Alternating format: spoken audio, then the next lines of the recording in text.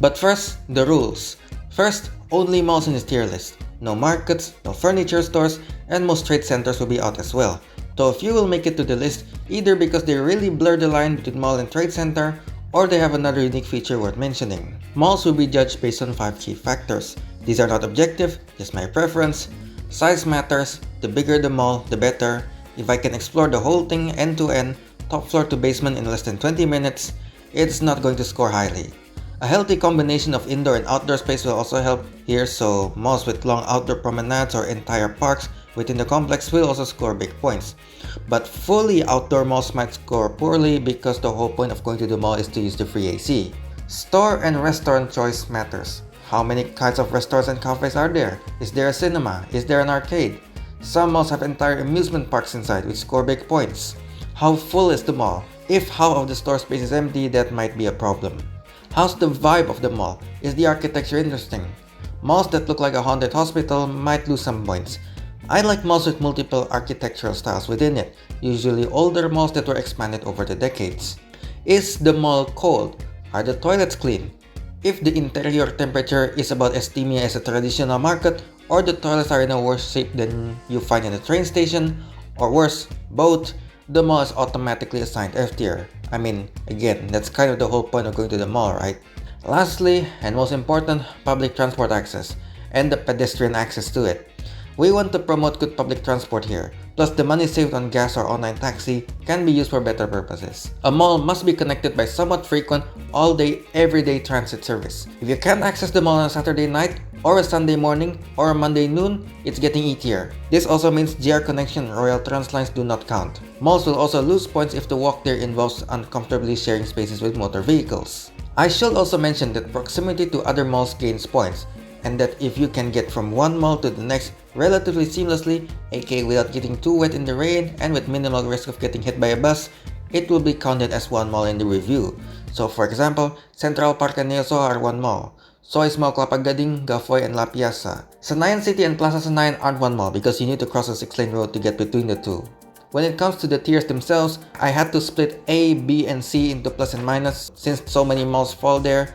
Anything C plus and above is good, anything D and up is decent. With that out of the way, in F tier, we have CBD Ciledug, directly connected with Transjakarta Corridor 13. The bad part, unfortunately, a bunch of angkot lines that go to Kunciran, Kebayoran, Kebonjeruk, and Bintaro, near Pondok Ranji and Bintaro Plaza to be exact, and the Trans Jabodetabek bus to Kampung Rambutan. Overall, lots of transit here, though none would qualify as rapid due to the lack of bus lanes or any kind of rail transport here. Unfortunately, the mall is hot, it's dark inside, the bathrooms don't look the best, and many of the escalators don't work. The only cold part is the cinema, which is a shame because this is a large building. I think this mall would do well if it was in a better state of repair. There isn't any other major mall within several kilometers, and there's lots of transit, and Ciledug's massive population density means lots of potential visitors. This mall has potential. Moving up to E tier, we have the Sumarekon Digital Center, aka SDC, directly connected with the Sumarekon area shuttle bus that goes around in circles and runs every 2 to 4 hours. It's useless, so it doesn't count. There's also the mysterious R06B angkot line to Pasar Malabar, Tangerang City. I've seen maybe one yellow angkot pass by in front of women every couple of months, and I did a test where I waited 10 minutes in front of the university to see if anything would arrive. Yeah, nothing arrived, so it doesn't count. And neither does the run only on weekday rush hour Royal Trans S13, S14, and the now dead Damre line to Lebak Bulus. A rather unknown line here is the Trakas shuttle bus to Cluster Alogio. Runs every 30 minutes with some gaps here and there. It runs all day but only on weekends, so it doesn't count. Anyway, half of the mall has been converted to an elementary school, and the top floors are mainly extracurricular activity for kids. There's a decent outdoor area with live music, and there's a rather overpriced playground and mini zoo in the back. Next up is Mall Alam Sutra. No transit here unless you're willing to walk maybe 800 meters to a narrow congested street to the nearest angkot line. Oh, and Sutra Loop went from providing all-day service to service during lunchtime only. I am appalled by how the private sector runs transit. Many stores are empty, there's a small amusement park inside, but many of the machines are really old, but at least there's a cinema and a golf course. On the bright side, this mall has been partially revived by Aeon Supermarket, and in the future, MRT Phase 3 might finally connect this mall up. Also, given the fact that it's huge, 400 meters end-to-end, this mall has the very real potential of getting A tier. Next is Baywalk, directly connected with Transjakarta Line 1A, though only the ones bound to Balai Kota, the 12A to Kota and the 12B to Pluit and Senen, Microtrans Line 120 to Muara Angke Terminal and G Stadium, and a regular Angkot line to Grogol Terminal. My advice to go here, in most cases, it's best to just take the red Angkot from Pluit Village. The regular Transjakarta lines are just way too infrequent and convoluted. Last time I was here was last year and it was horrifyingly empty. But the mall is in a good state of repair and cleanliness, and you do get nice views of the ocean. You can also take a boat to some islands from here. But yeah, when you see more empty stores than open ones, it's a big problem. Next is Lipo Plaza Eka Lokasari in Bogor, directly connected to Transpakuan Corridor 2 to Ciawi and Bubulak Terminal, and a bunch of angkot lines such as to Botani Square, Puncak, yes, to many of the tourist destinations there, and Bogor Station. There's also plans to run either GR Connection or Trans Jabodetabek lines here. Last time I was here, things may have changed. The mall has a lot of empty stores. It doesn't help that some of the top floors have dark colored ceilings and dim lighting. This was 2022. Things may have changed since then, so take this with a grain of salt. I've also noticed that this mall has an unusually large number of children's play areas. This mall is located right next to a very important landmark that everyone going to Bogor for some reason has to visit, Roti Venus. Next is Karstens. No all-day transit at all. It is located in the paramount sign of Gading Serpong, so it doesn't even get served by the Sumarekon buses. Mainly known for being a mall built in dark mode, yes, even the inside is colored black. It has some fancy restaurants in the bottom and an arcade from Singapore in the top. But it is of course limited by its small footprint. Next is Living World Kota Wisata. As far as I know, Kota Wisata has no internal public transportation. There is a feeder line with 3 departures in the morning and another 3 in the afternoon, so it doesn't count. Neither does the GR connection line to Block M. The mall itself is fine. I mean, it's more modern than Living World Alam Sutra.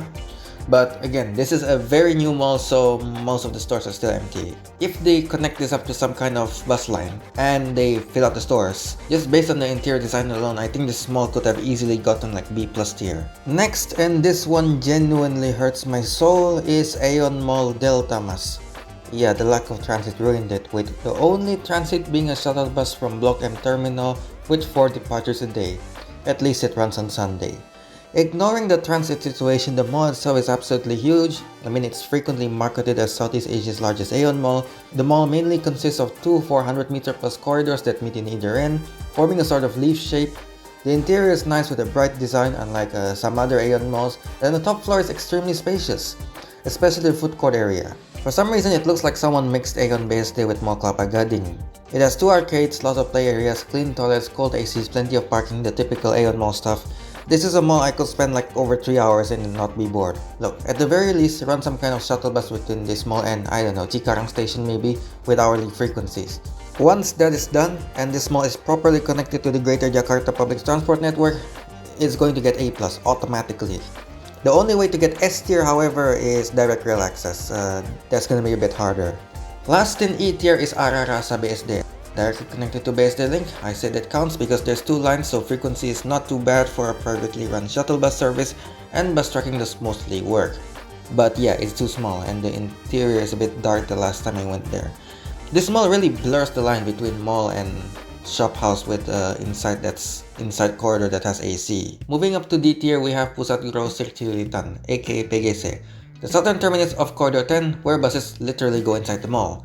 Also connected via an outside BRT shelter to Corridor 7 and lines 5C, 5D, and 9A.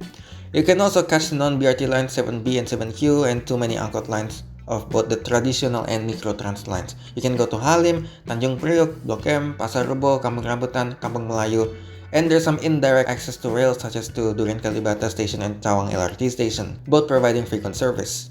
The bus line situation is mixed. It's decent to the north, but going south to Kramat Jati, yeah, it's not good. But overall, the transit situation here is great, and that is sort of why this trade center is in this list. This trade center has AC, but for some reason, parts of the indoor area of this mall don't have it, and many chairs in the food court on the top floor are genuinely broken. But apart from that, it's good enough. Next up is Cilandak Town Square, aka Cheetos. You can walk here to Fatmawati MRT station, though it is a long walk, and Transjakarta Line 7A and D21 stop here providing service to Lebak Bulus, Kampung Rambutan, Tanjung Barat, and Universitas Indonesia. There's also a microtrans line to Block M and a regular angkot line to Pondok Labu. MRT Phase 4 will also pass by this area. First of all, how much is this mall spending on AC? Because it is a semi-outdoor mall that has one.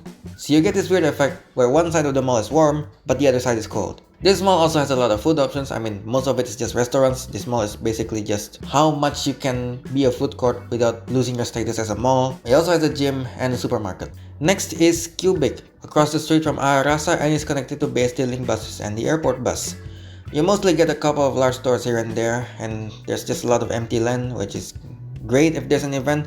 But most of the time, people don't even go to set empty spots because it's outside, unprotected from weather. Unless I'm looking for furniture, there are better places nearby. Next up is Cibubur Junction, which happens to have a really large shelter across the street with services Cawang, Cililitan, and Pasar Rebo. A rather long walk away is Harjamukti LRT station, providing frequent service to Duku Atas, but they did provide a wide sidewalk, so the walk is alright.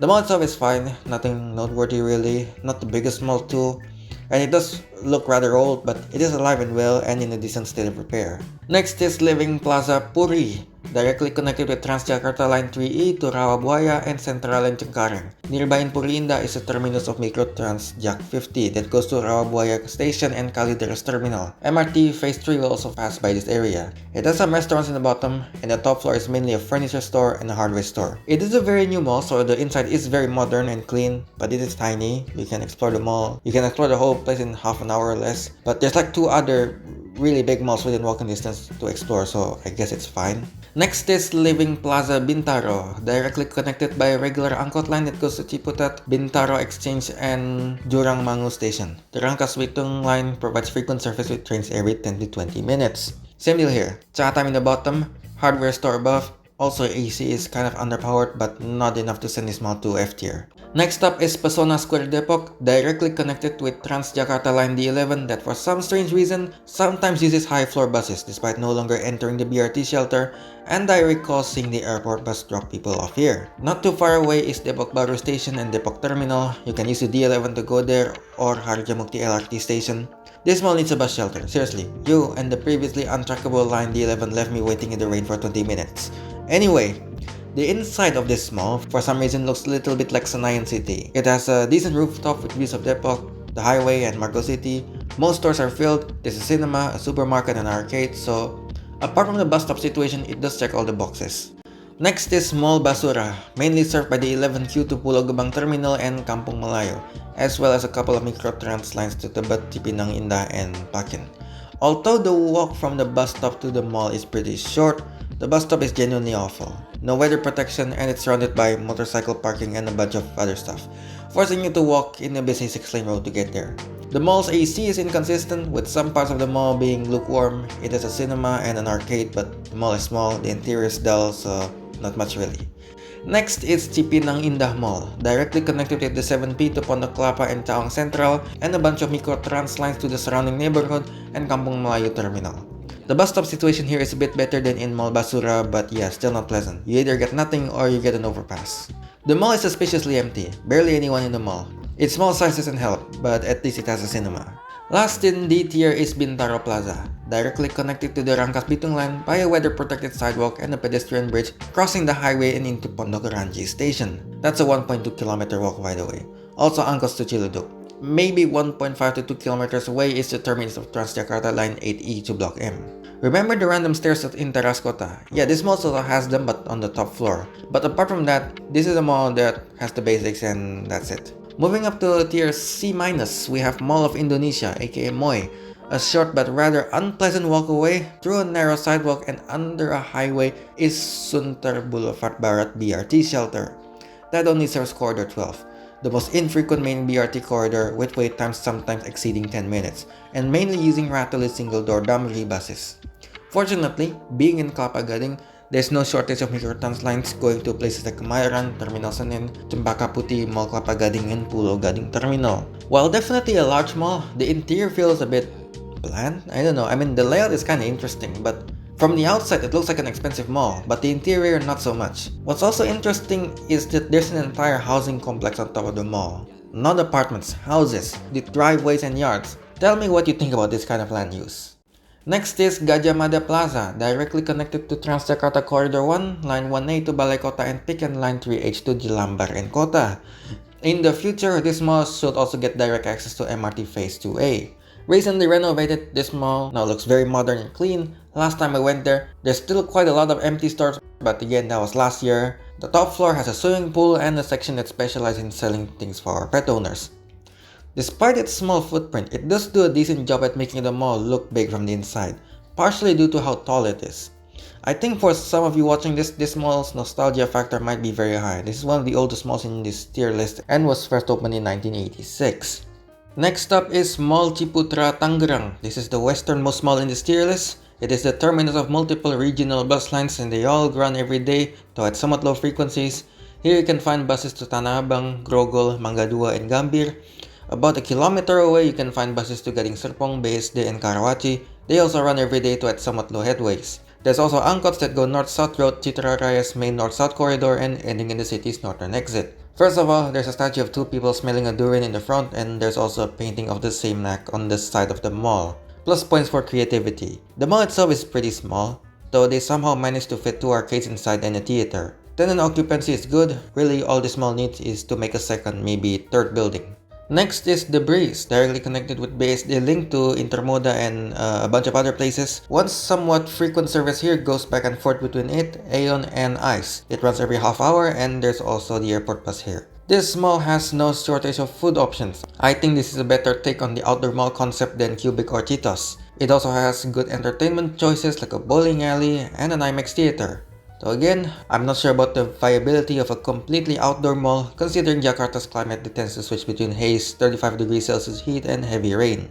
Next up is Sarinah, served by MH Tamrin BRT shelters that also serves lines 1, 6A, 6B, and 9D with destinations to Kota, Blok M, Balai Kota, Ragunan, Kuningan, Gatot Subroto, Tanah Abang, and Pasar Minggu. Regional buses, both regular and premium GR connection ones, also stop in front of this mall, such as to Jati Asih and Terminal Bekasi. So if anyone has any information on when and how frequent these buses run, feel free to let everyone else know in the comments because honestly, I don't know. There's also non-BRT lines to Terminal Senen, Block M, and on a narrow street on the north side of the mall, there's one to Tanah Abang. Pedestrian infrastructure is really good, so much so I didn't mind walking all the way to Grand Indonesia from this mall. Though whether Tanah Abang is the best station to use if you want to go to this mall is up to debate, considering the narrow roads leading to that station is usually jammed. Personally, this is not really my kind of mall, but I know for some of you, the nostalgia factor for this mall will be very high since this is Indonesia's first mall. Also, this mall, unlike pretty much every other mall in this tier list, I think it's state-owned. The mall mainly has restaurants and a cafe, and at the bottom and on the top floors there's a department store. Next is Revo Mall, directly connected to Bekasi Barat LRT station via weather-protected skybridge. The LRT station has access to Transpatriot buses to Sumarekon Bekasi and Vida. Let's hope that, like with Blok M Plaza, the LRT successfully does CPR to this mall and makes it crowded again. Right now, many stores are empty, but this mall is in a good state of repair. The AC is cold. The interior design of the mall is also pretty interesting. Lots of colors here and there, lots of green colors. If I recall correctly, there are some stairs that you can sit on. So this is one of the more Instagrammable malls in this tier list. I think it is also fitting that there's a train-themed ramen restaurant inside the mall that has direct rail access. Next is Mall Ciputra Cibubur, directly connected with a bunch of angkot lines that go to Cibubur Junction, Kampung Rambutan, Cilengsi, and Kiangsana, and a bunch of Trans Jabodetabek lines to Tanjung Priok Blok M. Look, I did not go here by public transport. At least for this mall, it's mainly just me copying Google Maps, so I can't confirm the quality of service for any of these lines. The mall looks big from the outside, but it's actually tiny on the inside. It has the basics plus a hotel on top, and it's in a good state of repair, but that's all I can really say. Next is Kuningan City. It is not connected by any kind of rapid transit unless you're willing to walk to Kuningan LRT station. It's not the farthest walk, but Kuningan doesn't have the best sidewalks. There's non-BRT service to Tanah Abang, Senayan, Karet, and Tebet, though I've heard many serious complaints about long wait times from the 5F to Tanah Abang. I mean, even in Google Maps you can see the buses like sometimes every half an hour. I recall someone actually shared to me in real life that he needed to wait like 45 or 50 minutes for the bus, like 40 to 50 minutes for the bus, so that's not a good look. I only went there for an appointment for my visa and that's all. The rest of the mall is mainly filled with restaurants and the mall itself is rather small. End-to-end walk being just 150 meters. The outside view is pretty nice though, with lots of tall buildings to see. Next is Trans Snow World Bintaro. Same transit with Living Plaza Bintaro, so I won't repeat myself here. It definitely has more food options than Living Plaza, though it's mainly Japanese food here. But the main attraction really is the whole being able to play in the snow in tropical Indonesia. Next up is Teras Kota BSD, directly connected with Transjakarta S11 to Jelambar, Agramas Cikarang Poris Line. The notoriously infrequent BSD link to the newer parts of BSD stops around 500 meters south from this mall, where the starting terminus of the S11 is also located, and angkot lines that go to Terminal BSD, Serpong Station, Tangerang Station, and Cikoko. Okay, 1.5 or maybe 2 years later, we're gonna go back to Teras Kota. Let's see if the AC is still hot or has the mall turned into an oversized refrigerator. Alright, I think with this much outdoor space and AC that's kind of cold, maybe it does feel a tiny bit underpowered, but then again all the malls in Bekasi also have this problem, but they still passed. This has to be at least a C-. End to end, it's just over 100 meters. And there's random stairs in the ground floor which may be a minor tripping hazard. I mean, people go to the mall to look around. You can't always keep your eyes straight if you're looking for new clothes. Though I guess those random stairs are fitting since the mall is literally called Teras Kota, meaning porch of the city. Next up is Point Square, Lebak Bulus, directly connected to Lebak Bulus MRT station via a very long sky bridge. Lebak Bulus is also the southern terminus of Corridor 8 and serves lines S21, S22, D21, 7A, and 6H that goes to Ciputat, Universitas Indonesia, Aeon Tanjung Barat, and Kampung Rambutan. For the S21 and S22, if you want to go to CSW or Kampung Rambutan, you will need to take the 8 to Pondok Pinang first before then taking either one of them. Unfortunately, Corridor 8 has no bus lanes south of Pondok Indah, so you will be stuck in traffic. While the mall is in a decent state of repair and it does look bigger on the inside than outside due to its height, many stores are still closed. That's all I can say really, since I spent like 20 minutes here while waiting for the S14. Alright, that's part 1. Part 2 should be out tomorrow.